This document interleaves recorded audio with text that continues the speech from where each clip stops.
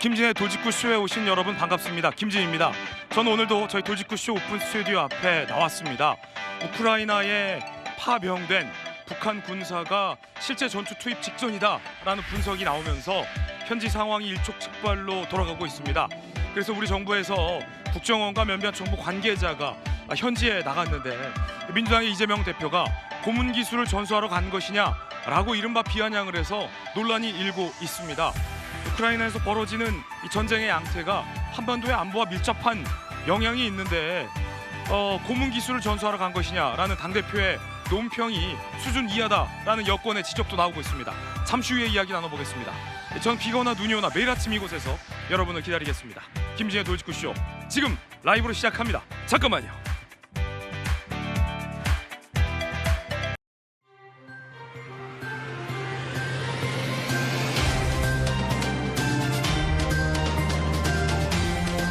신문 읽어주는 남자입니다. 김정은의 군부 실세인 인민군 총참모부의 부총참모장이 러시아에 간 데 이어 조금 전 들어온 소식에 의하면 김정은이 또 신뢰하는 최선희 외무상이 러시아에 간 게 드러났습니다. 북한 김정은의 온통 마음이 러시아 우크라이나 전쟁에 가 있는 것 같습니다. 자, 많은 외신 보도 그리고 나토까지 북한군의 파병 사실을 확인해주고 있습니다. 그런데 민주당의 최대 친명 조직 더민주혁신에서는 북한이 파병했다는 증거가 어디냐 라며 현 정부를 비판했습니다. 나토까지 파병 사실을 확인하고 있는데 이분들의 사실 판단 근거는 어디에 있는지 논란이 일고 있습니다. 더민주혁신회의의 논란 잠시 후에 전해드리겠습니다. 자, 오늘 조간신문 4가지 키워드 준비되어 있습니다. 함께 보시죠. 먼저 첫 번째 키워드입니다. 첫 번째 키워드는 뭘까요? 집결. 조선일보가 오늘 사면에 썼습니다. 함께 보시죠. 북한군 조기 투입 가능성이 나오고 있습니다. 11,000명이 이미 쿠르스크에 집결했다는 얘기도 나오고 있습니다. 어제까지만 하더라도 폭풍군단 5,000명이 집결했다라는 소식이었는데 11,000명이 이미 집결했다라는 관측도 제기되면서 북한군이 실제 전투에 더 빨리 투입될 것이다 라는 전망도 나오고 있습니다. 전 세계의 이목이 우크라이나와 러시아 전쟁으로 다시 몰리고 있습니다. 북한군의 파병은 우리나라의 안보와도 직접적인 연관이 있습니다. 북한군이 파병을 해주는 대가로 북한 김정은이 러시아로부터 핵기술이나 위성기술 내지는 최신 전투기 기술을 만약에 이전 받았거나 받기로 했다면 그것은 칼날이 돼서 우리 대한민국을 향할 것이기 때문입니다. 잠시 후에 이야기 나눠보겠습니다. 이어서 다음 키워드입니다. 두 번째 키워드는 이겁니다. 탈출, 한국 경제 일면입니다. 어떤 탈출일까요? 함께 보시죠. 연봉 12억 7천만 원, S급 인재 초고속 탈출, 한국을 떠나는 최고급 인재. 특히 국내 저연차 교수의 연봉이 미국의 절반에 불과하다라는 얘기가 나오고 있습니다. 빅테크 엔지니어 대비 10분의 1 토막, 열악한 처우에 석 박사들이 줄줄이 해외로 가고 있다라는 지적이 나오고 있습니다. 그런데 사실 속사정을 따져보면 교수들의 임금을 올려주고 싶어도 대학에서 학생들에게 받는 등록금이 사실상 수년째 동결되어 있기 때문에 교수들의 임금 처우를 올려주고 싶어도 올려주지 못한다라는 문제와 연관이 돼 있다라는 지적도 나옵니다. 이어서 다음 키워드입니다. 세 번째 키워드는 땜질, 동아일보 일면입니다. 30조 세조 펑크 때우려 외환 방파제 또 허문다. 정부 외평 기금도 끌어와서 돌려막기에 나섰다라는 우려가 동아일보에 실렸습니다. 주택 기금까지 운영하고 있다, 전용하고 있다라는 지적도 나옵니다. 이어서 다음 키워드입니다. 네 번째 키워드 이겁니다. 포효, 경향신문 22면 기사입니다. 사자 잡은 호랑이.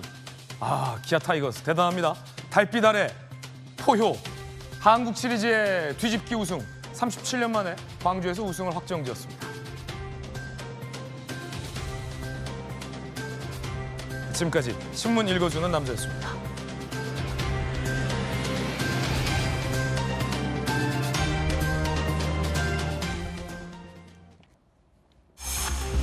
쿠르스크 서도 최전방에 북한군 조기 투입 가능성이 제기됩니다. 북한군 최전선 투입이 임박했다라는 징후가 여러 곳에서 포착되고 있습니다. 한 분석에 따르면 우리가 예상했던 병력 규모보다 훨씬 더 많은 북한군 병력이 이미 이곳에 집결해 있다라는 관측도 나옵니다. 아시다시피 쿠르스크는 러시아의 영토였는데 지난 8월 우크라이나가 러시아 본토로 진격하면서 현재는 우크라이나 군이 점령하고 있는 상황인데 러시아가 이걸 탈환하기 위해 북한군을 투입할 가능성이 점쳐지고 있는 겁니다. 함께 보시죠.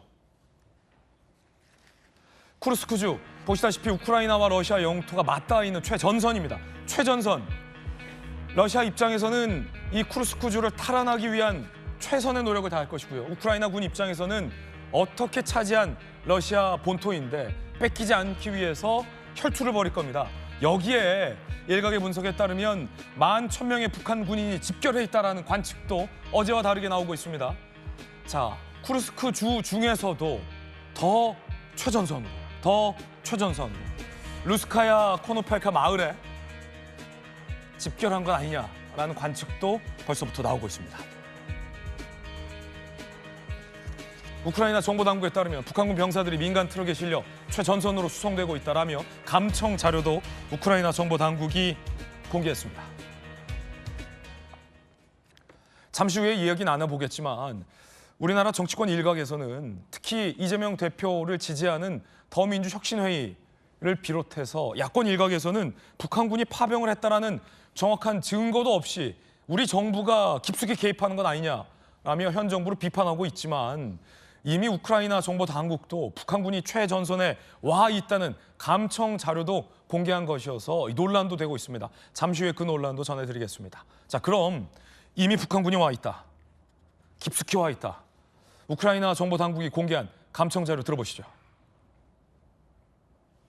Свириденко у меня есть. Нет, Свириденко у меня есть. КамАЗ у него вахтовый. Он есть. Только номер 497, это 3 цифры, это гражданский номер.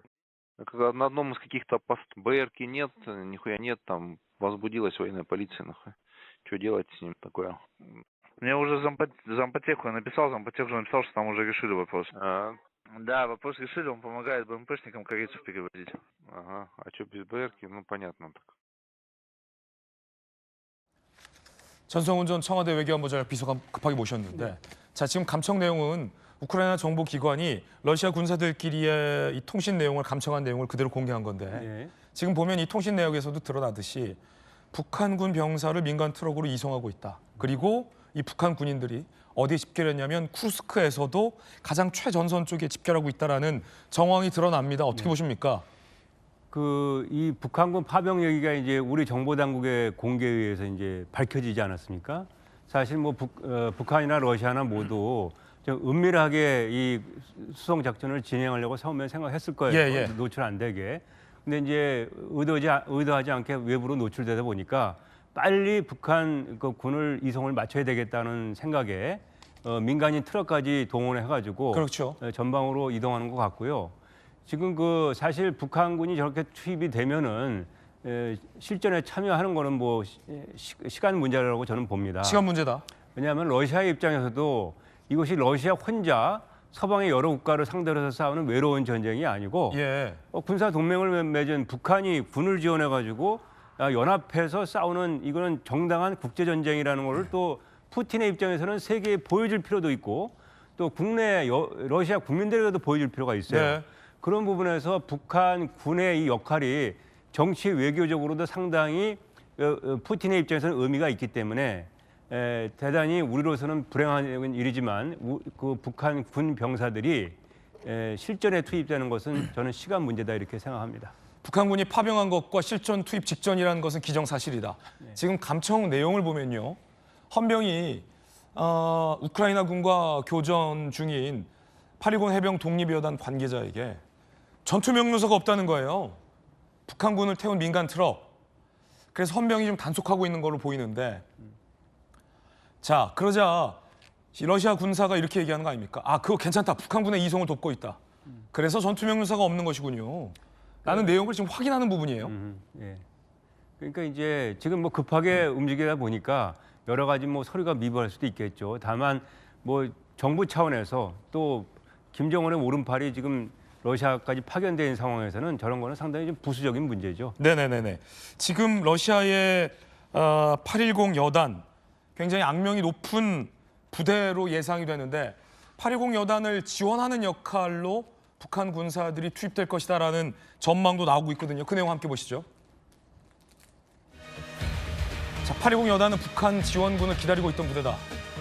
미국의 포브스, 810 여단 같은 해병부대는 우크라이나군 포로 처형 등 잔혹함으로 악명이 높다.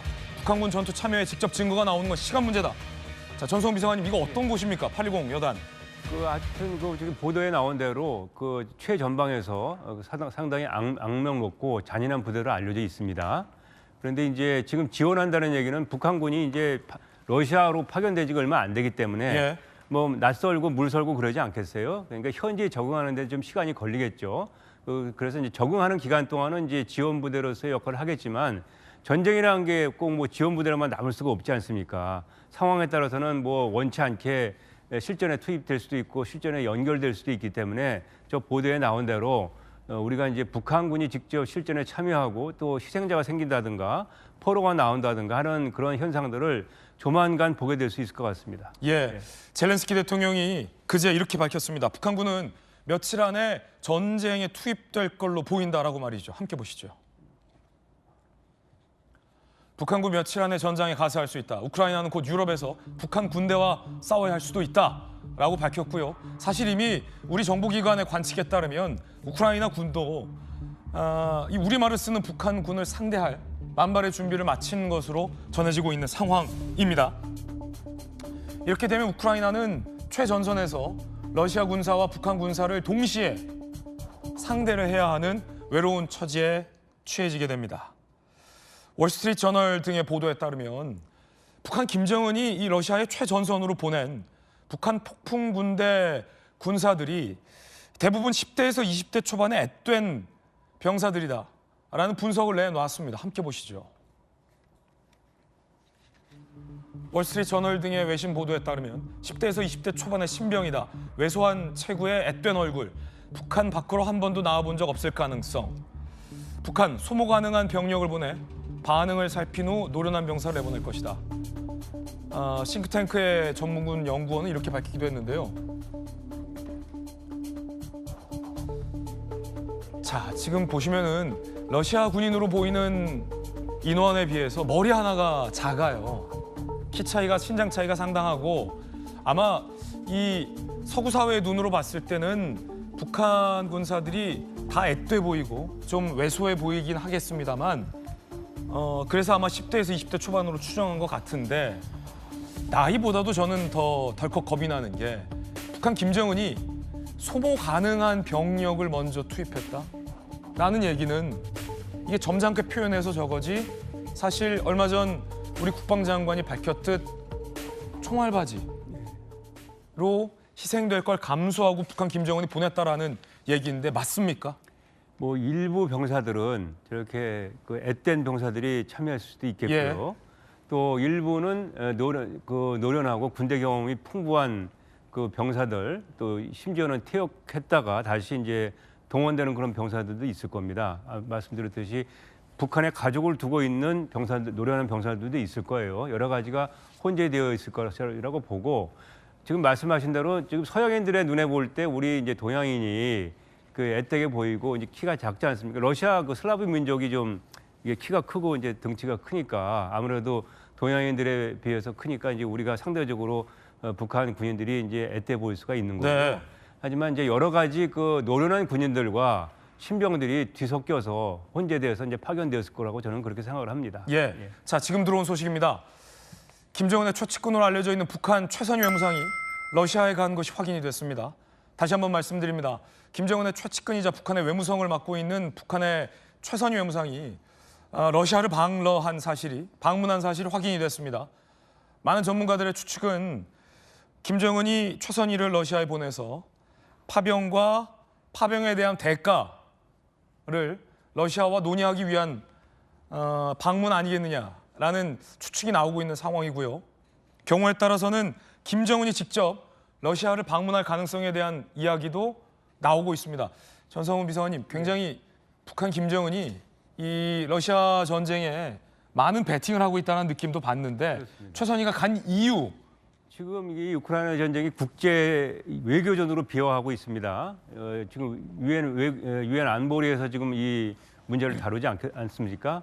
국제적으로 외교전화하고 있기 때문에 일단 그 북한군 파병이 공식화되고 이제 전 세계에 다 알려진 이 시점에 외교적으로 어떻게 북한과 러시아가 공조해서 대응할 것인가 하는 그런 그 문제를 이제 집중적으로 토의할 가능성이 많고요. 네네. 지금 말씀하신 대로 이제 내년 중에 김정은이 러시아를 방문할 가능성이 있습니다. 예. 그 지금 상당히 그 러시아에게 배팅을 많이 해놓은 상태에서 여러 가지 군사적으로 또 외교적으로 그 재정적으로 러시아로부터 얻을 것도 있지만 이제 김정은의 국빈 방문을 이제 러시아 방문을 통해서 이제 북러 관계를 다시 한번 격상시키고 예. 다시 한번 북러 관계가 그 누구도 부인할 수 없는 끈끈한 동맹 관계라는 것을 뭐 전 일종의 세계에 혈맹 과시할 수 관계로 있는. 격상시키려는 상당히 우려스러운 대목이군요. 네. 자, 나토도 북한군 파병을 공식적으로 확인했습니다. 자, 한국 대표단 나토 본부 북한 파병 정보 브리핑. 나토 사무총장 북한군의 러시아 파병 및 쿠르스크 지역 배치를 확인했습니다. 미국 정보기관도 우리나라 정보기관도 나토도 일본 정보기관도 모두 다 북한군의 실전 파병 사실을 확인해주고 있습니다. 자, 그러자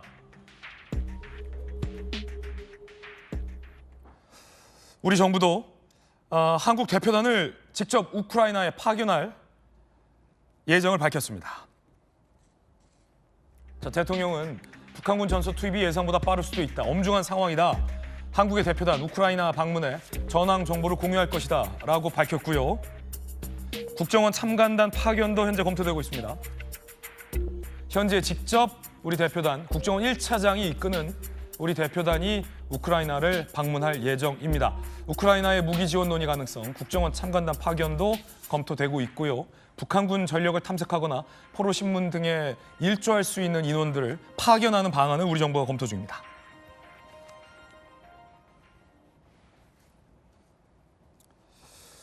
자, 그런데 문제는 나토도, 대한민국 정부도, 미국 정부도, 일본 정부도, 우크라이나 정부도, 심지어 러시아 정부도 북한의 파병 사실을 공식적으로 확인하고 있는데 민주당 내에 더민주혁신회의에선 북한이 파병했다라는 구체적인 증거도 부족한데 현 정부가 국정 상황을 타개하기 위해서 이른바 전쟁에 동참하려 한다라고 비판을 하고 있는 데 있습니다.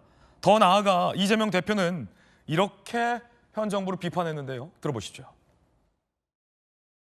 국정을 둘러싸고 주술사니 영적 대화 같은 말들이 흘러나오고 있습니다. 세계 경제 강국 대한민국이 닭 목을 베고 닭피의 맛을 보면서 전쟁 여부를 결정하는 그런 나라입니까? 수천만 국민들의 목숨을 건 이 나라의 운명을 건 이런 전쟁놀이 결코 있어서는 안 됩니다. 그런데 주술, 영적 대화 이런 거 하다 보면 그런 일이 벌어질 수 있습니다.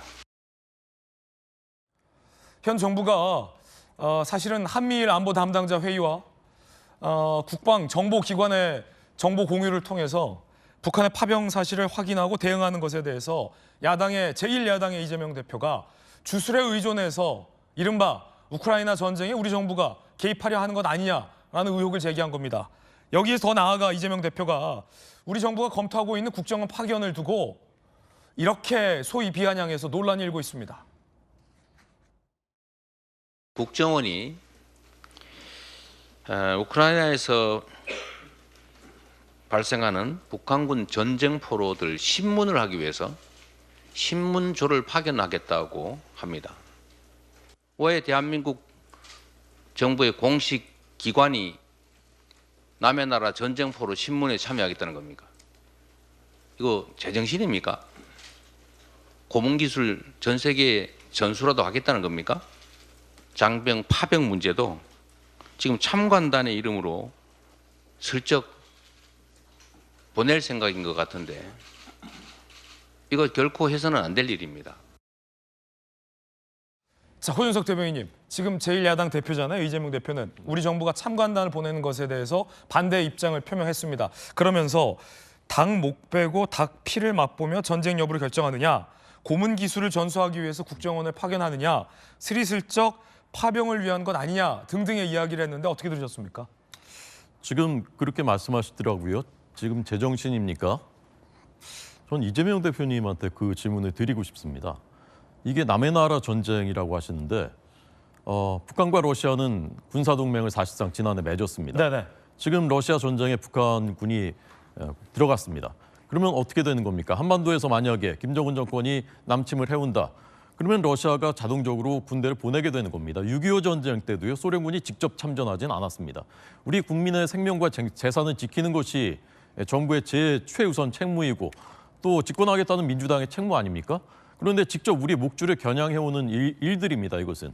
북한군이 파병하면 그 대가로 러시아가 첨단, 핵, 미사일 기술들 전수해주고 그리고 거기서 나오는 돈 가지고서 그것도 개발하는 자금으로 쓰고 돈줄이 되는 것이지 않습니까? 예. 그리고 가서 또 실전 경험을 익혀가지고 오고 다 우리한테 하나하나 직접적인 위해가 되는 일들입니다. 그런데 이재명 대표께서는 남의 나라 전쟁인데 왜 보내 제정신이냐 그러면서 저런 말씀하신다면 맨 마지막에 딱 한마디 북한의 파병에 대해서는 규탄할 수밖에 없다라고 하셨더라고요. 규탄하고 싶지 않지만 이렇게까지 됐으니까 규탄할 수밖에 없다. 이런 말씀으로 저는 들렸습니다. 그리고 고문 기술자 보낸다고 확보하시는데 정말 어처구니가 없는 일입니다. 국정원에 고문 기술자가 있습니까? 그러면 2년 반 전까지 문재인 정부가 서훈, 박지원 그분들이 국정원 원장 하시면서 국정원 운영하실 때 그때 고문 기술자들 거기 있었습니까? 그분들 다 양성했다는 얘기입니까?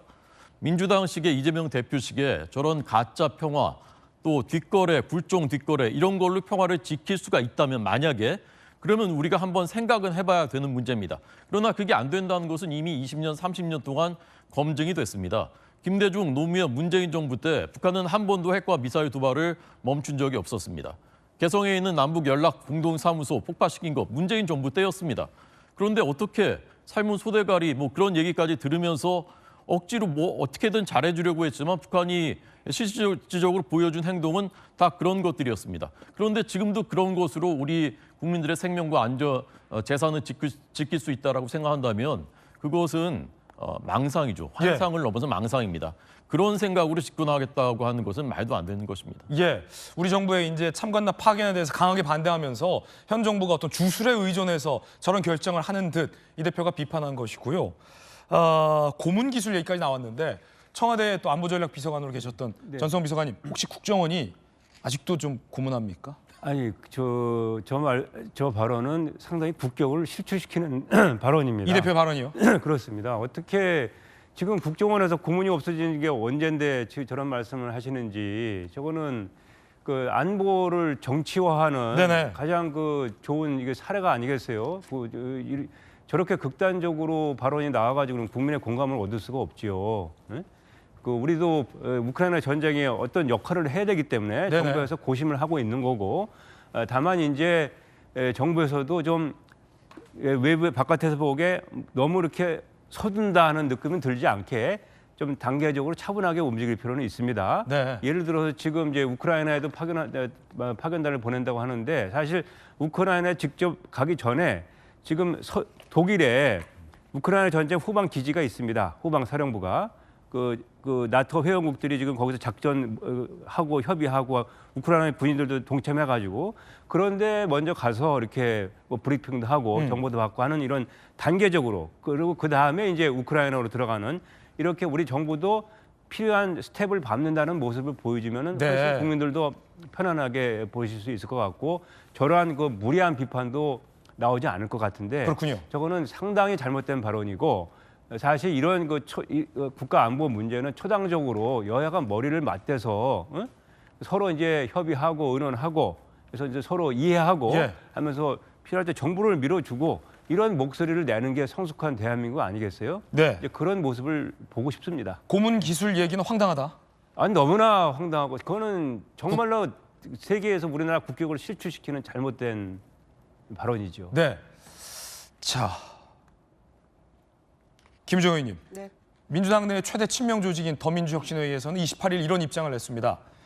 우크라이나 당국이 제시한 동영상과 사진, 출처도 불분명한 문서 정보만으로 북한군 파병을 기정사실화하기에는 근거가 빈약하다라며 현 정부를 비판했는데 오늘 지금 저희가 계속 보도를 해드리고 있습니다만 정보 당국이 감청도 했고 우리 정보기관도 발표를 했고 미국, 일본, 나토까지 북한군 파병을 확인해 줬는데 왜 민주당 내의 최대 친명 조직은 북한이 파병했다는 사실을 믿지 않는 겁니까? 더민지역 시내의가 민주당의 공식적인 입장은 아니니까요. 네네. 네, 뭐 여러 가지 의견을 낼 수는 있겠습니다만은 일단 북한군 파병에 관련해서는 우리 국정원이 제일 먼저 인정을 했죠. 그렇죠. 그분은 확인을 해줬던 것이고 오히려 러시아나 미국이나 나토에서는 그 이후에 지금 확인을 해주고 있는 거잖아요. 그래서 그게 아니라고 주장하는 데는 조금 근거가 있어야 될 것 같고요. 예. 어떤 근거나 증거를 가지고 그렇게 얘기하는지 오히려 당사자들이 다 이제 결과적으로 인정을 하고 있는 상황이기 때문에 그렇게 부인하는 것이 어떤 도움이 될지는 잘 모르겠어요.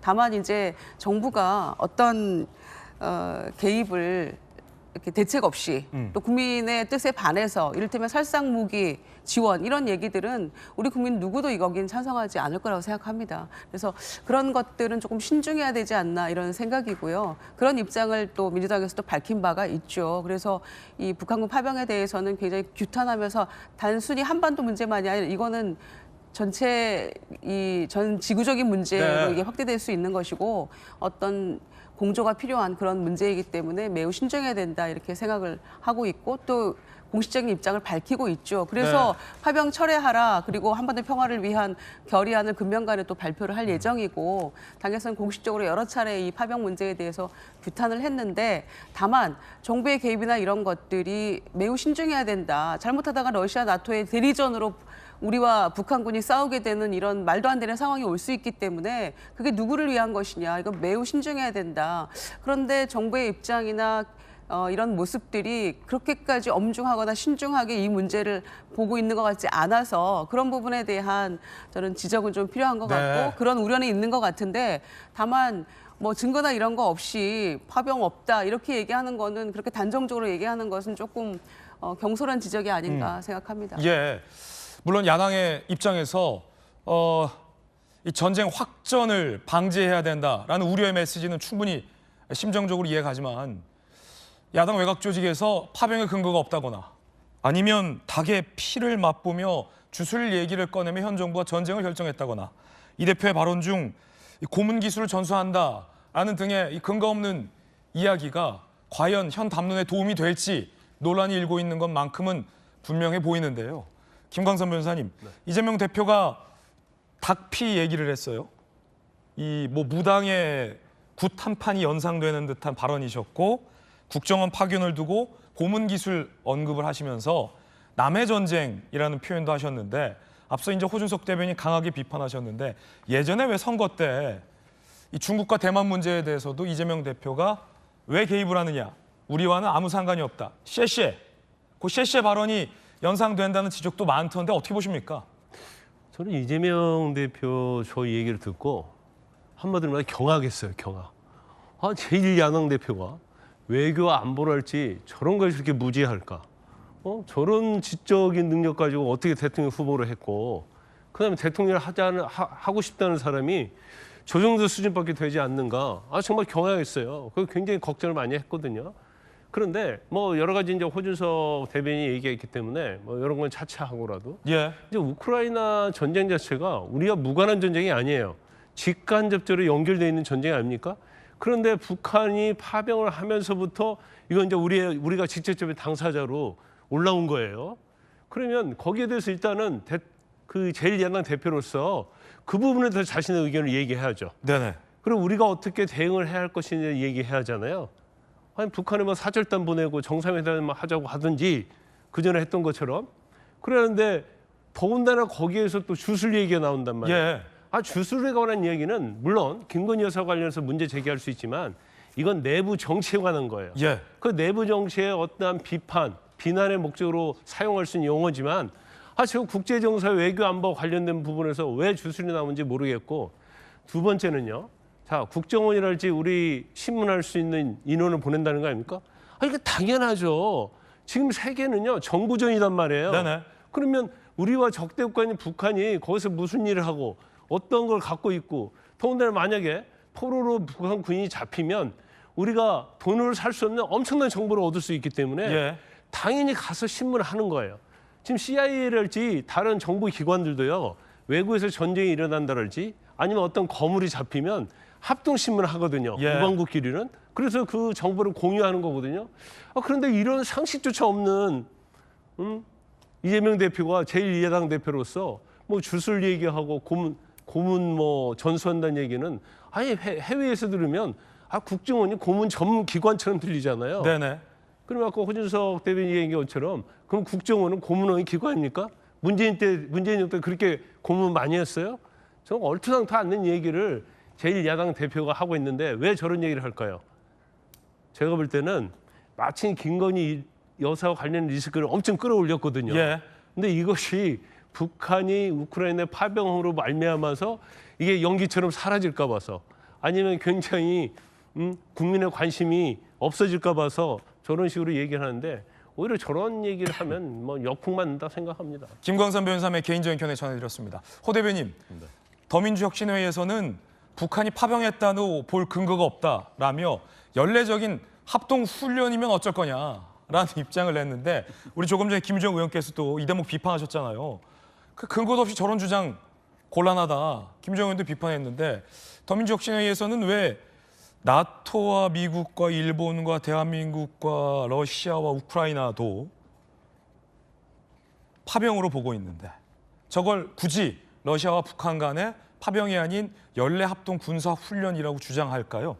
믿고 싶지 않은 걸까요? 어떻게 보십니까? 왜 이런 입장이 나온 거죠? 저분들의 일관된 패턴이에요. 제가 볼 때는 저것이 북한의 주민 또는 진정한 이제 남북 간의 통일보다는 뭔가 김정은 정권을 더 생각하고 더 눈치를 보는 것 같은 그 행태가 뭐 80년대, 90년대 지금까지 저는 이어지고 있다고 봅니다. 저도 왜 그럴까? 그 근저에는 뭐가 있을까? 저도 개인적으로 굉장히 궁금했어요. 네. 제 나름대로 내린 개인적인 결론은 잘못된 역사관입니다. 남과 북이 분단될 때 오히려 북한 정권에 더 정통성이 있다라고 생각했던 80년대 운동권 주사파 그 사상이 자기도 모르게 지금까지 이어져 오고 있는, 영향을 미치고 있는 거예요. 그렇지 않으면 설명할 수가 없습니다. 그러니까 어떤 면에서 보면 연례적 합동 군사훈련, 이건 굉장한 주장인데요. 네. 그러니까 어떤 면에서 보면 예. 자신들이 지금 상대하고 있는 우리 대한민국 안에 보수 세력보다 북한 정권이 오히려 더 도덕적으로나 역사적으로 우월하다 그런 생각을 갖고 있는 분들이 저 중에는 저는 있다고 봐요.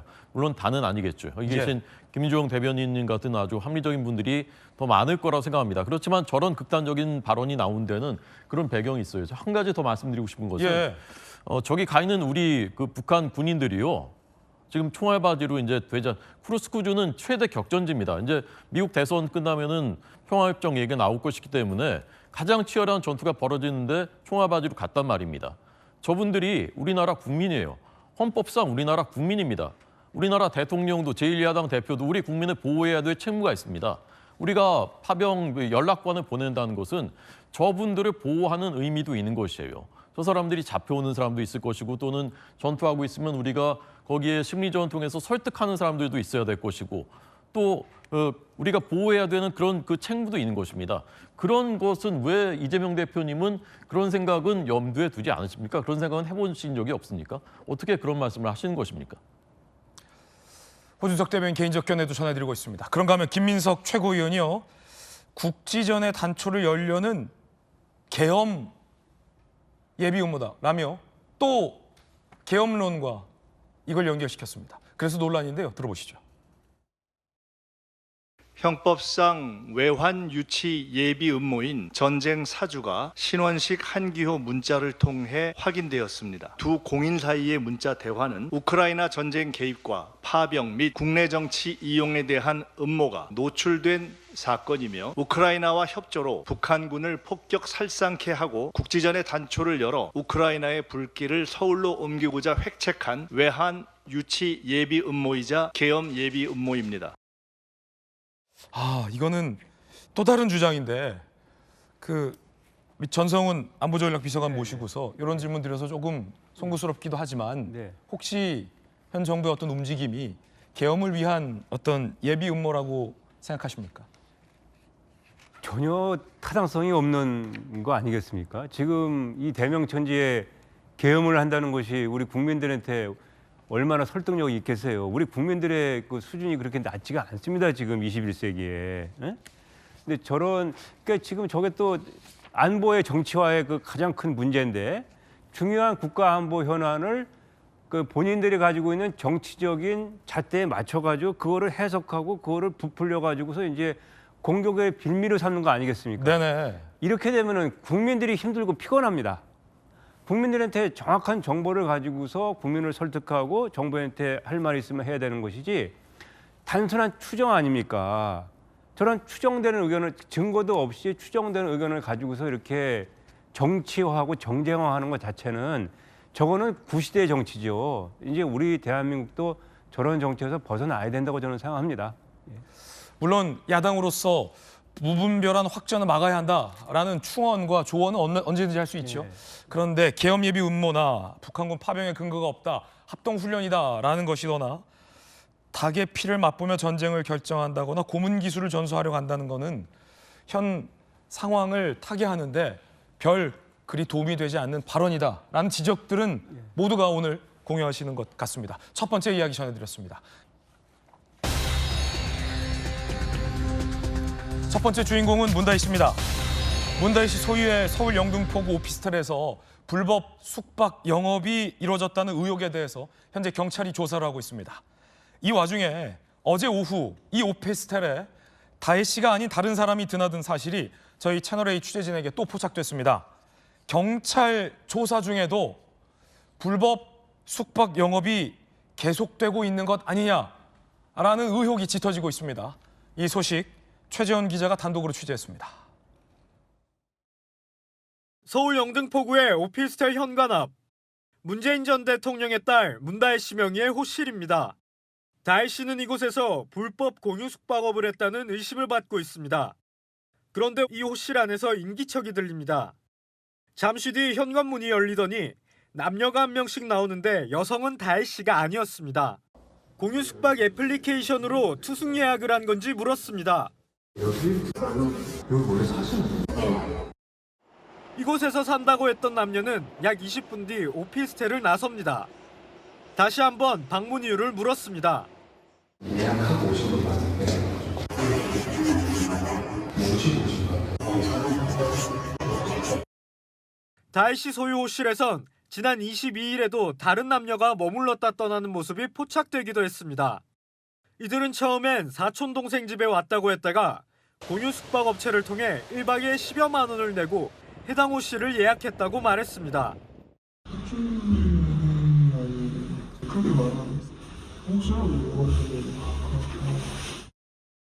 지난 23일 영등포구의 수사 의뢰를 받은 경찰은 오피스텔 안팎의 CCTV 영상을 확보해 분석 중입니다.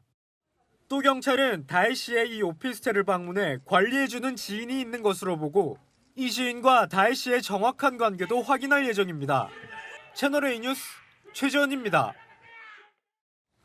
예, 다시 한번 말씀드리지만 다혜 씨가 아닌 남녀 두 분을 저희 취재진이 만날 수 있었는데 에어비앤비로 예약하고 오신 손님이냐라고 물었는데 아니다라며 원래 사는 사람이다 라는 답변을 들을 수 있었습니다만 사실관계는 달라 보입니다.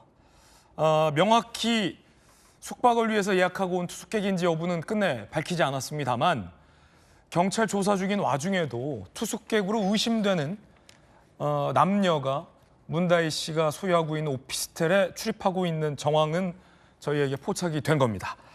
자, 김광삼 변호사님. 네. 예전에 저희가 투숙객 한 분을 만날 수 있었어요. 그런데 그분들은 처음에 사촌 동생 집에 놀러 왔다라고 답변했지만 저희 기자가 계속해서 묻자 사실 에어비앤비로 10만 원 주고 예약했다라면서 이 집 주인 측이 사촌 동생 집에 왔다고 누가 물어보면 얘기하라라고 안내했다라는 얘기까지 들을 수 있었는데 지금 사실 경찰 조사 중이잖아요. 설마 저희가 만난 저 남녀가 또 투숙객일까요? 확실치는 않은데 현재로선. 아니 투숙객일 가능성이 크겠죠. 왜냐하면 지인이 와서 자고 가지는 않을 거 아니에요. 그런데 그 또 지난번에 채널 A에서 그 투숙 아나운서한테 물어보니까 사촌 관계라고 얘기했잖아요. 네네.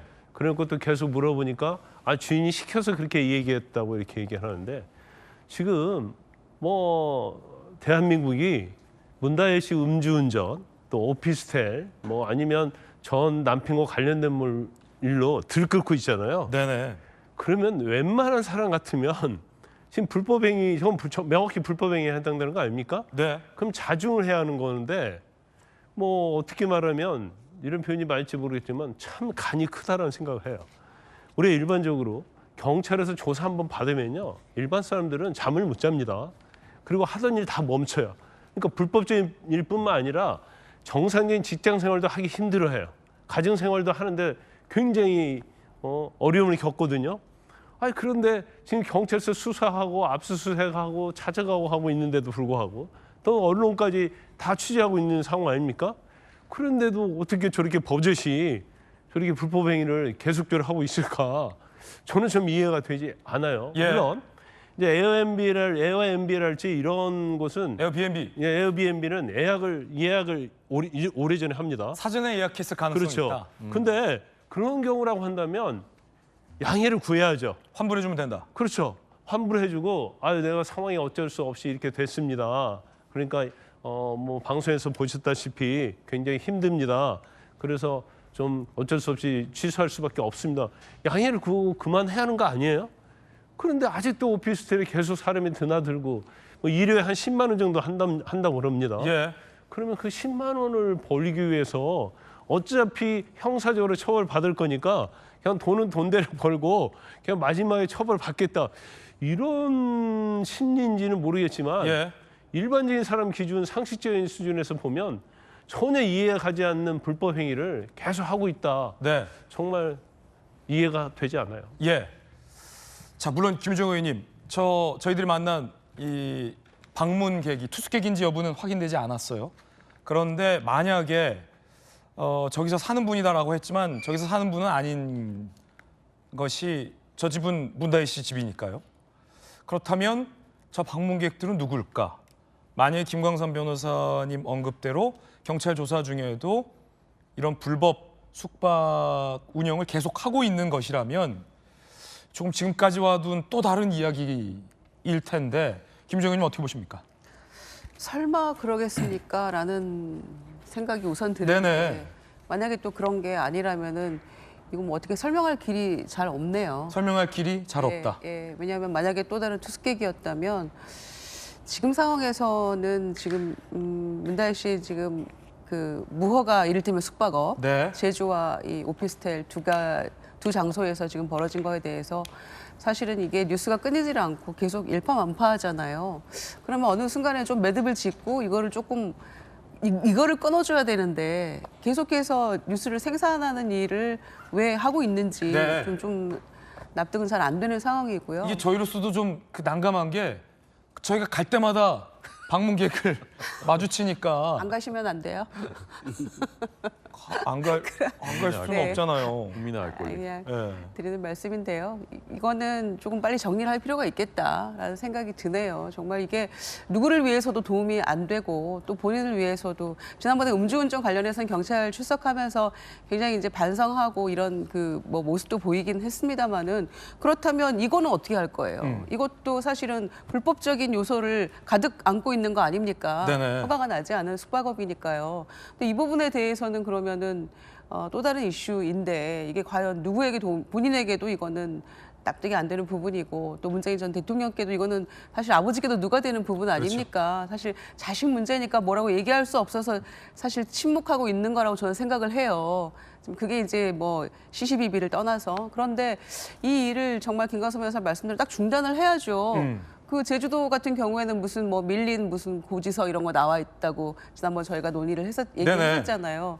그러면 이 영등포 오피스텔도 딱 정리하고 멈춰야죠. 운영을 멈추는 게 맞다. 그렇죠. 이게 불법인데 이걸 계속해서 이렇게 뉴스가 나오고 있는데 이걸 왜 계속합니까? 그 당사자들이 숙박객이었는지 투숙객이었는지 아니면은 뭐 또 다른 제3자 뭐 거기를 관리하는 분이었는지 누군지 명확하지는 않아요. 그런데 갈 때마다 누군가가 있다는 것은 주인인 문다혜 씨가 가서 거기를 청소하고 정리하고 이러는 모습도 아니고 제3자인데 계속 지금 뭔가 거짓 그 진술을 하라는 식으로 얘기를 들었다라고 한다면 이거는 어쩌면 작은 일일 수도 있고 벌금으로 끝날 수도 있는 문제가 오히려 더 커지는 것을 자초하고 있다 이런 생각이 드니까 이건 좀 상식적인 선에서 정리를 하는 게 어떨까 싶은 생각이 듭니다. 안타깝네요.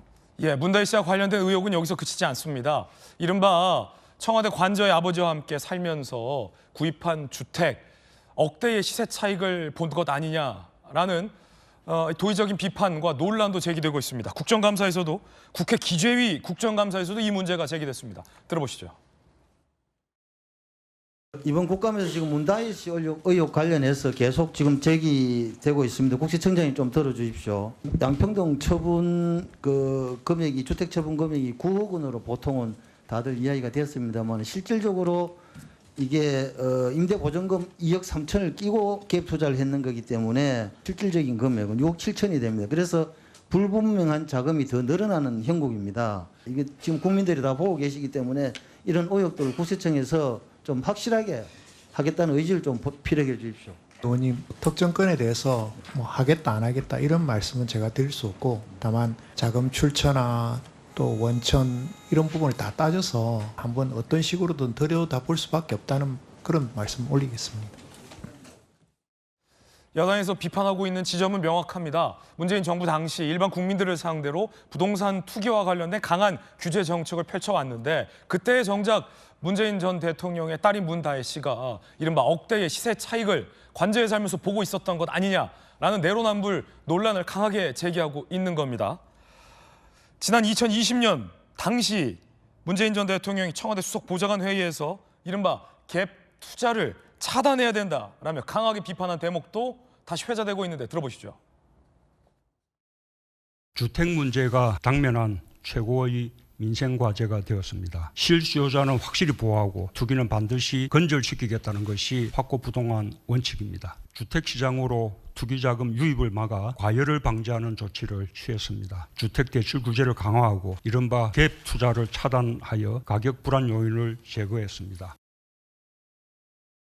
이른바 갭 투자가 부동산 시장을 교란하는 주 원인이다라며 실수요자가 아닌 투자와 투기를 위해 주택을 사고 파는 행위에 대해서 엄단해야 된다. 일반 국민들은 대출도 못 받았던 때가 선명히 기억나고 집값이 너무 올라서 이 평생 근로소득을 모아도 집을 못 사겠다라는 절망감에 사로잡혔던 그때 아버지 문재인 전 대통령이 갭 투자 차단해야 된다라고 말했잖아요. 근데 지금 문다희 씨의 주택 구매가 이른바 갭 투자가 아니냐라는 논란인데 호 대변인 어떻게 보십니까? 그 집값 때려잡는다고 하셨는데 집값이 엄청나게 오르면서 그게 어떤 영향을 미쳤느냐. 젊은이들이 결혼을 할 수가 없게 됐죠. 집이 없는데 어떻게 결혼할 생각 하겠습니까? 결혼 못하니까 저출생, 국가 경제는 점점 더 침체에 빠지는 이런 결정적인 단초를 제공한 것이거든요. 그런 식의 이제 운동권 정책, 이념 정책. 여기에 이제 두 가지 문제가 첫 번째는 도덕적인 문제입니다. 말씀하신 대로 내로남불. 그렇게 얘기하면서 실제 행동은 다른 방향으로 가는. 그리고 자신의 자녀는 엉뚱한 다른 행동을 하는. 근데 저것을 과연 몰랐을까 문재인 대통령께서 거의 경제 공동체 수준으로 생계를 지원해 주기도 하고 사위의 취업까지 사실상 이제 보장해 준 것 같은 그런 매우 의심스러운 정황들이 있는데 저런 식의 투자를 하는데 과연 아버지가 그걸 모르고 있었을까 하는 게 첫 번째 이제 의심으로 드는 것이죠. 두 번째는 법적인 문제입니다. 이게 사실 더 심각한 거죠. 그 돈이 어디서 나왔느냐. 지금 아까 구자근 의원이 얘기한 대로 앞에 구기동 빌라 팔고 해가지고 샀다 이렇게 했는데 알고 보니까 근저당 해제하는데 1억 8천만 원이 더 들었다는 것 아닙니까? 그러면 1억 8천만 원이 어디서 났을까? 근데 지금 주변에서는 의심스러운 정황들이 계속 나오지 않습니까? 띠지까지 있는 한국은행 관봉권을 가지고 와서 옷을 사시기도 했다라는 증언도 있었고 그다음에 어디서 났는지 모를 수천만 원이 제3자를 통해서 송금되기도 하고 태국까지 가 있는 청와대 경호원 통해서 여기 또 역송금되기도 하고 이런 돈들이 대체 어디서 난 것일까? 이런 것은 우리 사회의 상식과 법치와 정의의 문제 아닙니까? 이런 것을 해소하지 않고 앞으로 어떻게 대통령과 대통령 가족들, 대통령 부인, 대통령 자녀들한테 도덕적으로 법적으로 살라고 요구할 수가 있겠습니까? 우리 사회 스탠다드 문제거든요. 이게 훼손되면 앞으로도 요구할 수 없는 겁니다.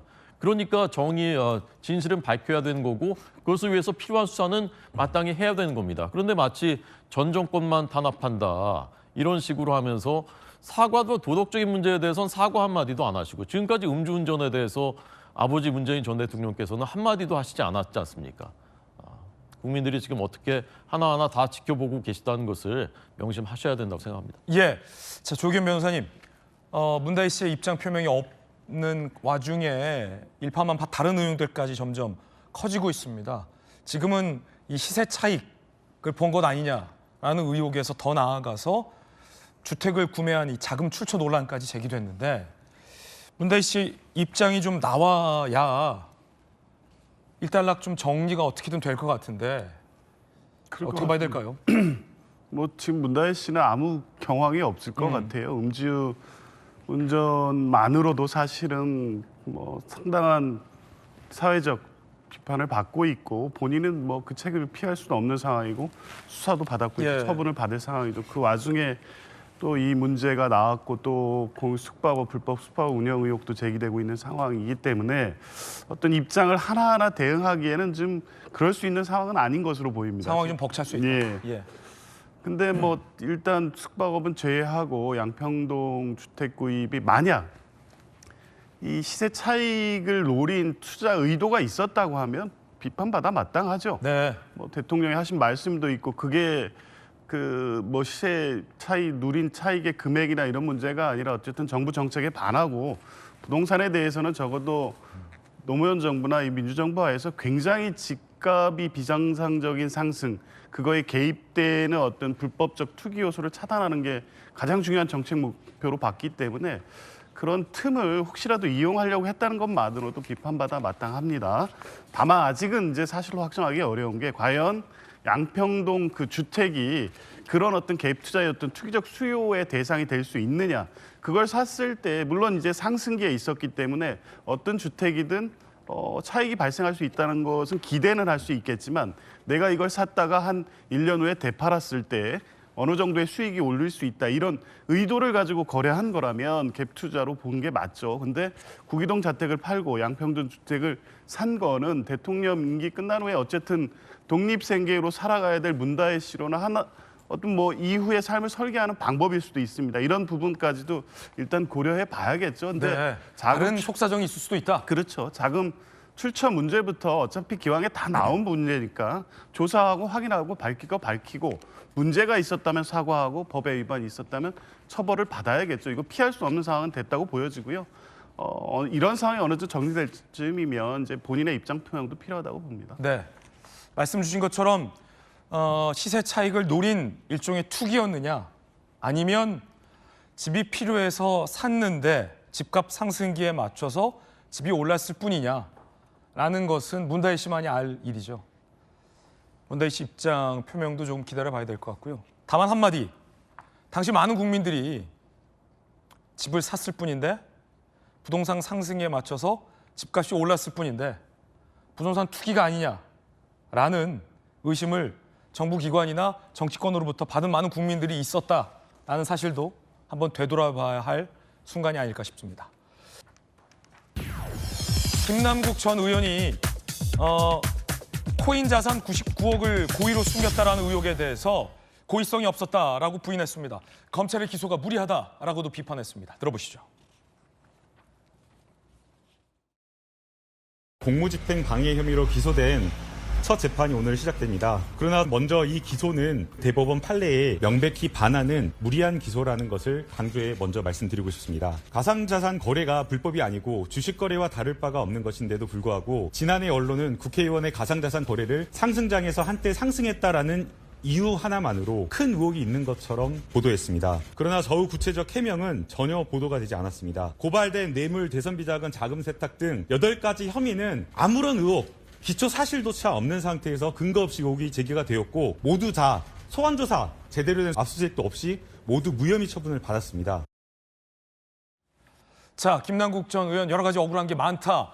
그런데 문제는 김남국 전 의원이 언급한 저런 의혹들 말고 99억의 코인 자산 보유를 고의로 숨겼느냐 아니냐가 상당히 중요할 텐데요. 이른바 코인 은닉 의혹, 김남국 의원과 관련된 혐의 함께 보시죠.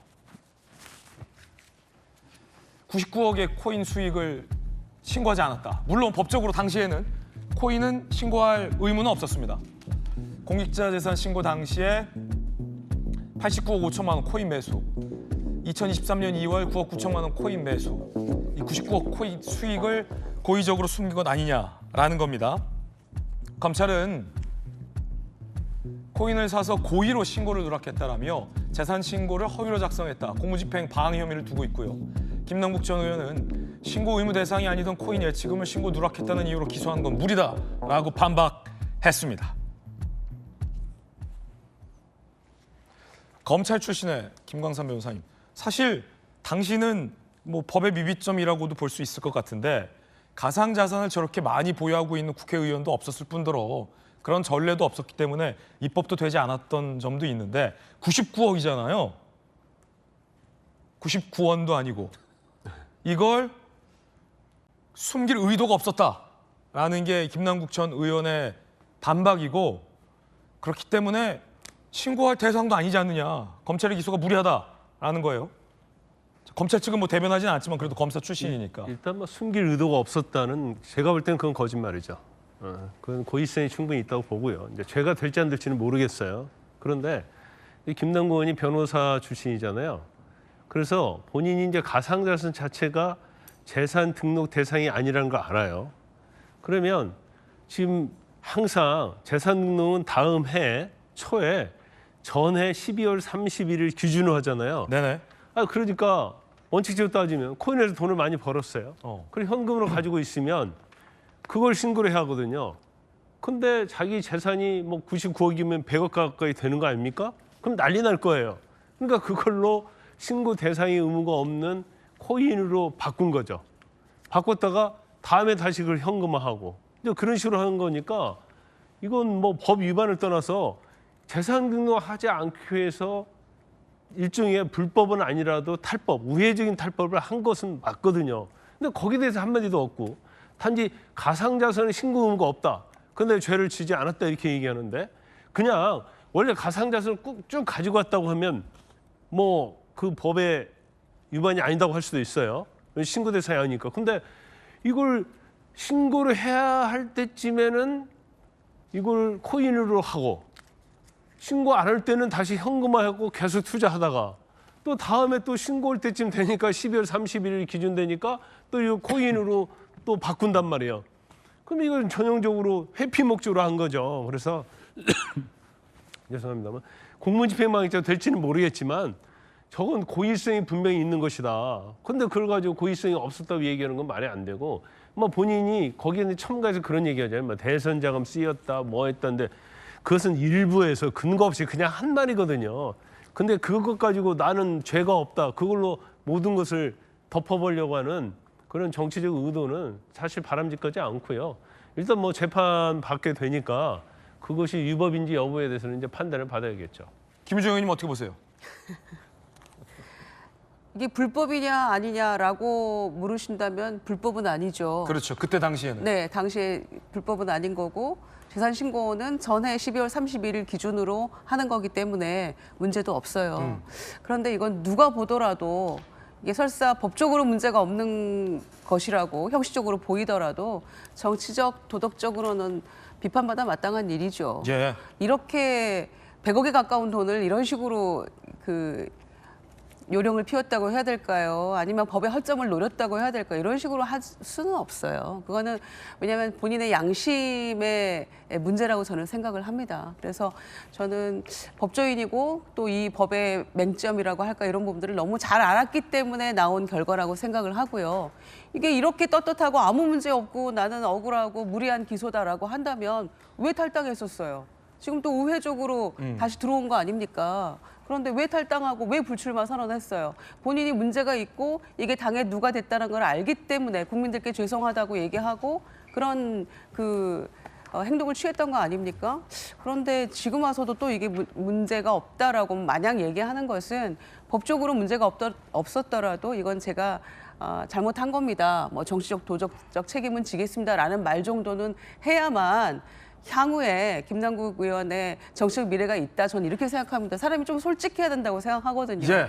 근데 이거는 정말 누가 보더라도 이건 사실 꼼수고 법의 맹점을 이용한 거라고 보이기 때문에 누구도 재산 신고를 이렇게 하지는 않거든요. 액수가 뭐 10원, 20원입니까? 이렇게 해놓고 법적으로 문제없다라고 이렇게 하는 것은 누가 봐도 이건 온당해 보이지는 않습니다. 뭐 법에서 판단하겠지만요. 네. 문제 없다면 왜 탈당했냐? 좀 솔직해지자. 김정은 의원의 돌직구였습니다. 아파트, 로제, 별빛이 흐르는이 아닌 아파트의 로제가 빌보드 핫 100 8위에 올랐는데요. 여가수 중 최고 순위라고 하는데요. 함께 보시죠. 빌보드 차트 핫 100의 8위에 오른 로제와 브루노 마스의 APT 8위, 자체 최고 기록, K-팝 여가수 핫 100 최고 순위입니다. 기록갱신, 로제, 세상에 무슨 일이 일어나고 있나, 내 꿈이 이루어졌다라고 격앙된 반응 보이고 있고요. 전 세계 기록을 아파트가 세우고 있습니다. 이참에 윤수일 씨 아파트도 좀 떴으면 좋겠어요. 자, 빌보드 메인 싱글 차트 핫 100위 8위, 영글 싱글 차트 톱 100 4위, 스포티파이 글로벌 앤 미국 차트 1위, 중국 3대 음원 사이트 QQ뮤직, 넷이즈뮤직, 쿠어뮤직 1위. 전 세계에서 차트 상위권을 싹쓸이하고 있습니다. 아파트 노래가 워낙 중독성이 강하다 보니까 수능을 앞두고 수능 금지곡에 등극했다고 합니다. 들어보시죠.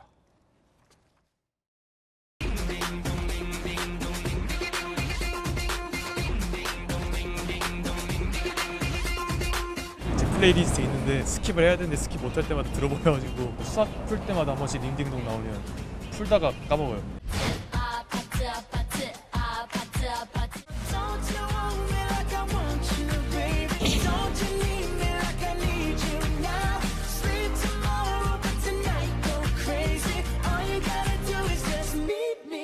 문제 풀다가 지루하니까 갑자기 아이돌 노래가 생각나기도 하고 귀에서 조금 한창이 들리듯이 아파트 이렇게 유튜브 자체를 들어가지 않고 거의 핸드폰도 쓰지 않고 그렇게까지 이렇게 과감하게 또 그래야 점수가 오르나.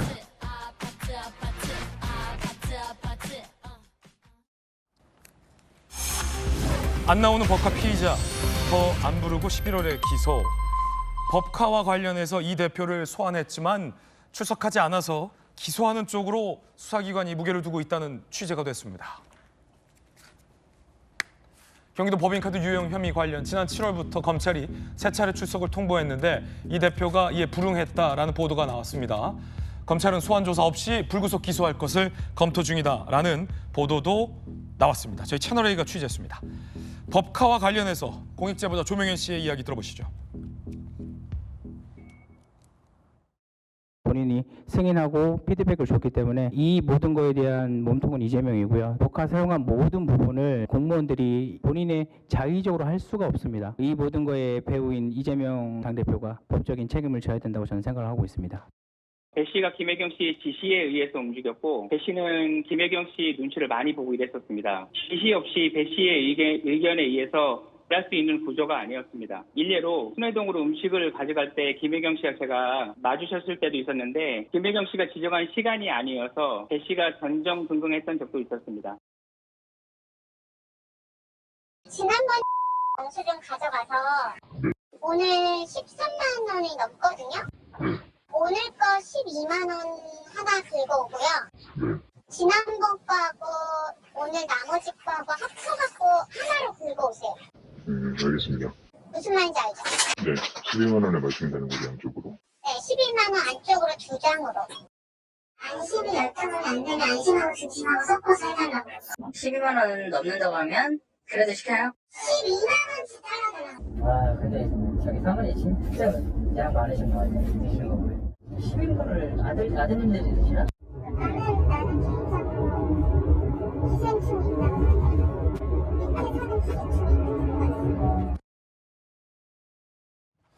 자, 송영훈 변호사 모셨습니다. 어서 오세요.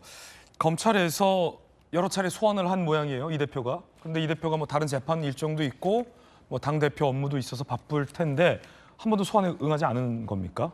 불체포 특권을 계속 방탄용으로 사용하고 있다고 볼 수밖에 없을 것 같아요. 저 정도로 검찰이 여러 번 부르면은 일단은 출석을 해서 본인이 소명을 하든 아니면은 뭐 진술 거부권을 행사를 하든 일단은 출석을 하는 것이 도리라고 보여지는데 계속 지금 출석을 하지 않고 있으니까 그러면은 검찰도 더 이상 미루고 기다릴 수가 없으니 일단은 부르지 않고 그냥 불구속 기소하는 것으로 방향을 잡은 것이 아닌가 그렇게 보여집니다. 예, 김혜경 씨의 이른바 법인카드 의혹과 관련된 1심 선고가 이제 11월 14일로 예정돼 있지 않습니까?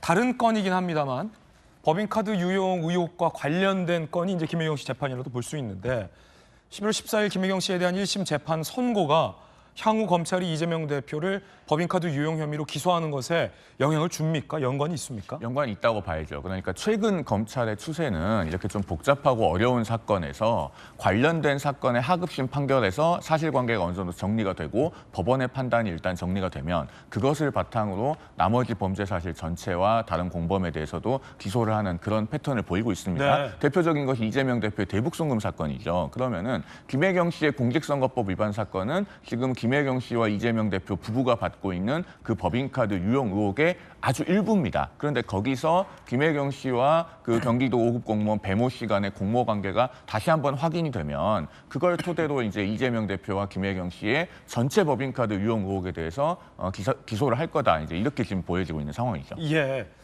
자, 조기현 변호사님, 이 대표 측에서 출석하지 않은 뭐 다른 사유라도 있을까요? 7월 달에 첫 소환 통보를 했다고 하고요. 변호인 측과 아마 의견 조율을 했던 것 같습니다. 근데 뭐 그 뒤에 여러 가지 당무 일정도 있었고 또 재판 일정도 있었고 뭐 조정하는 과정에서 시간이 맞춰지지 않았던 것으로 보여지고요. 이제 그 과정에서 검찰이 더 이상 뭐 기다릴 수 없다고 판단해서 기소한다는 입장인 것 같은데 이미 이 법인카드 의혹 관련해서는 관련된 자료 검찰이 다 확보하고 있고요. 예. 이 매출처에 대한 압수수색도 이미 뭐 수백 차례 아마 이루어졌을 겁니다. 그래서 관련 증거를 다 확보해 있어서 이 이재명 이 대표의 진술을 굳이 듣지 않더라도 검찰이 하려고 했던 대로 처분하는 데는 아무 문제가 없을 겁니다. 그러니까 굳이 또 계속해서 소환 요구를 하는 게 검찰로서는 부담스러운 측면도 있죠. 왜냐하면 최근에 김건희 여사 조사 어떻게 했습니까? 그 청사 가가지고 출장 조사하지 않았습니까? 그러면서 이재명 대표에 대해서는 왜 출석하지 않냐, 왜 소환에 불응한다는 입장을 계속 낸다고 하면 이 수사를 이게 형평에 맞게 하고 있냐는 비판을 또 받을 수 있다는 측면도 고려하지 않을 수 없었다고 보여지고요. 뭐 그거 이전에 이미 검찰 수사는 어느 정도 방향과 결론을 내놓고 법인카드 의혹 수사를 해왔고 이제 그 과정을 맞춰서 이제 기소 공소장을 어떻게 기재하느냐의 문제인데 이게 실제 용도 외에 그 규정에 맞게 사용됐냐 안 됐냐의 문제 아니겠습니까? 그간 보도에서는 막 여러 가지 자극적으로 이걸 법인카드로 썼단 말이야 뭐 이런 보도들이 있었는데 법률적으로는 그게 어떤 물건을 샀다는 게 중요한 게 아니라 그 물건이 법인카드 사용 규정에 맞게 사용됐는지 안 됐는지 그래서 횡령에 해당되는지 안 되는지 이 부분에 대한 판단이 있었을 거고요. 검찰은 아마 그런 정도를 가지고 이 사건을 기소하는 데에는 충분할 만큼 조사는 다 돼 있을 거로 봅니다. 예. 자, 그런가 하면 사실 이재명 대표가 받고 있는 재판 중에는 이른바 위증교사 의혹 재판도 있습니다. 곧 선고도 예정돼 있는데 그런데 이화영 전 부지사 재판에서도 이른바 이화영 전 부지사의 측근이 위증을 했다는 혐의가 제기됐습니다. 경기도의 평화협력국장 전직 A씨 이화영 전 부지사의 측근으로 분류되는데 지난해 이화영 부지사 재판에서 이런 증언을 했어요. 2019년 1월 중국 선양 협약식과 만찬에서 만난 사람이 쌍방울 김성태인지 몰랐다라고 주장을 하고 있는 겁니다. 검찰 조사 결과 김성태와 함께 만찬을 참석했고 중국행 비행기에서 김성태 옆자리에까지 착석한 사실이 다 확인이 됐습니다. 김성태와 같은 차를 타고 이동한 것까지 다 확인이 됐습니다. 검찰은 이화영 전 부지사의 측근을 위증 혐의로 기소를 했습니다. 자, 그러자 첫 재판에서 혐의를 부인했습니다. 검찰이 비행기 옆자리에 앉은 김성태 본 적 없냐라는 질문에 없다로 답변했었다. 몰랐다는 취지였다. 이전부터 알고 있었는지 모르고 있었는지가 쟁점이었다라고 부인을 했습니다. 그러자 재판부가 지적을 하기도 했다는데 김광선 변호사님, 만난 사실이 없다라는 것과 그 사람이 김성태인지 몰랐어요 라는 거는 차원이 다른 이야기인데 그래서 검찰은 위증이라고 보고 있는 거죠? 그 이재명 대표에 대한 김문기 씨 알았냐 몰랐냐 거의 비슷한 사안이에요. 거의 뭐 데칼코마니거든요. 아니, 자, 경기도 평화협력국장이 같은 비행기를 타고요. 선양을 갑니다. 네. 옆자리에 앉았어요. 그러면 일행이잖아요. 일행으로 같이 갔어요. 거기 차를 또 같이 타고 다닙니다. 그리고 같이 또 저녁을 먹어요. 그러면 그 안에서 같이 먹은 사람들이 누군지 다 아는 거 아닙니까? 그리고 거기서 또 사진까지 찍었거든요. 네. 그러면 이걸 김성태인지 몰랐다는 게 말이 안 되잖아요. 그러니까 이 사람은 이제 몰랐다고 해버리면 위증이 되니까 뭐 같이 밥 먹고 차는 타고 있었지만 그 당시에 쌍방울에 김성태인지 몰랐다고 회피하려고 하는 것 같아요. 근데 뭐 제가 볼 때는 저건 뭐 명백히 위증죄 되는 데는 뭐 아무런 문제가 없다 이렇게 보거든요. 그런데 왜 저렇게 구태여 너무나 명백한 사안까지 저렇게 거짓말을 했을까? 이화영 전 부지사가 9년 6개월 받은 이유가 있어요. 왜냐하면 저렇게 명백하고 누가 봐도 모를 리가 없는 사안에 대해서 나와서 계속 유증하고 계속 거짓말하고 그러니까 너무 재질이 불량하다고 보는 거예요. 그래서 재판부에서 9년 6개월 선고한 거거든요. 그런데 지금 항소심에서도 어떻게 보면 똑같은 행태를 보이고 있거든요. 그러면 뭐 형이 깎일 여지가 있겠습니까? 김관삼 변호사님 어떤 개인적인 견해 전해드렸습니다. 그런가 하면 이화영 전 부지사의 진술이 계속해서 바뀌어왔습니다. 이른바 검찰이 회유했다라는 그 주장 말입니다. 음주 시점도 6월 30일, 6월 말, 7월 초, 6월 18일이나 19일로 바뀌었고 음주 장소도 수원지검 창고 검사실 내 영상 녹화실로 바뀌어왔습니다. 계속되는 이 번복. 음주 상황도 교도관이 제지했다, 안 보였을 수 있다, 바깥에서 봤지만 술인지 몰랐을 수도 있다라고 바뀌었고 음주 여부도 소주 말개시고 얼굴이 빨개졌다, 종이컵에 입을 대보니 술이를 안 먹었다라면서 계속해서 진술이 바뀌었습니다. 그러자 여권에서 이런 지적이 나왔습니다. 이딴 진술 번복, 없었던 일을 거짓말로 지어내기 때문이다. 최소 7차례 이상 손바닥 뒤집듯 진술을 바꾸는 한 명 때문에 국가기관이 끝없이 해명해야 하는 게 타당하느냐라는 지적도 나왔습니다. 송영우 변호사님. 이쯤 되면요, 이것은 이화영 씨 개인의 문제가 아니고 민주당의 문제입니다. 자, 지금 이화영 씨는 이미 이제 1심에서 9년 6개월이라는 중형을 선고받았는데 네. 어떻게든 그 자신의 중형이라고 하는 운명을 피해보려고 발버둥을 치고 있는 상황이죠. 그러니까 무슨 뭐 회유를 받았다, 압박을 받았다 그러면서 주장을 수도 없이 바꾸면서 허위 진술을 하는 것이 설령 이화영 씨는 그럴 수 있다고 치더라도 이런 이화영 씨를 국회에 불러다가 청문회라는 명목으로 혹은 국정감사라는 명목으로 변명의 장을 만들어주는 것은 이것은 명백하게 입법 권력의 사유화예요. 이쯤 되면은 민주당이 이런 비정상적인 정치는 중단해야 됩니다. 그 이화영 씨를 불러다가 변명의 장을 만들어주려다가 오히려 민주당이 역공을 당하지 않았습니까? 그 이른바 이화영 녹취록이라고 하는 것이 국회에서 공개가 됐죠. 거기 보면은 무죄 재판 로비라고 하는 경악할 만한 단어가 등장합니다. 그것도 한 번이 아니고 2번이라고 이화영 씨 본인이 자신의 변호인에게 그렇게 토로하는 내용이 생생하게 담겨 있어요. 여기에 대해서 민주당 특검하자고 합니까? 청문회 하자고 합니까? 국정조사나 뭐 국정감사에서 밝히자고 합니까? 전직 대법관 이런 사람들 증인으로 부르자고 하면 안 부르잖아요. 이런 민주당의 비정상적인 정치를 끝내야 된다는 것이 지금 저 주진 의원이 하는 얘기의 핵심인 겁니다. 예, 송영우 변호사님 의견도 전해드렸습니다. 문 닫고 조용히 말려도 공개 의총 표결 강공. 특별감찰관을 관련한 친한과 친윤계의 신경전이 거셉니다. 김정일 최고, 당원과 국민들은 특별감찰관 추천에 대한 의원들의 주장을 알 권리가 있다. 공개 의총에서 표결을 희망한다. 친윤계, 드러내놓고 논의할 가치가 있느냐. 공개 의총은 논의할 가치가 없는 꼼수다. 라며 특별감찰관이라는 본질보다도 공개하냐 마냐를 두고서도 신경전을 벌이고 있습니다. 김재원 최고위원의 이야기 들어보시죠.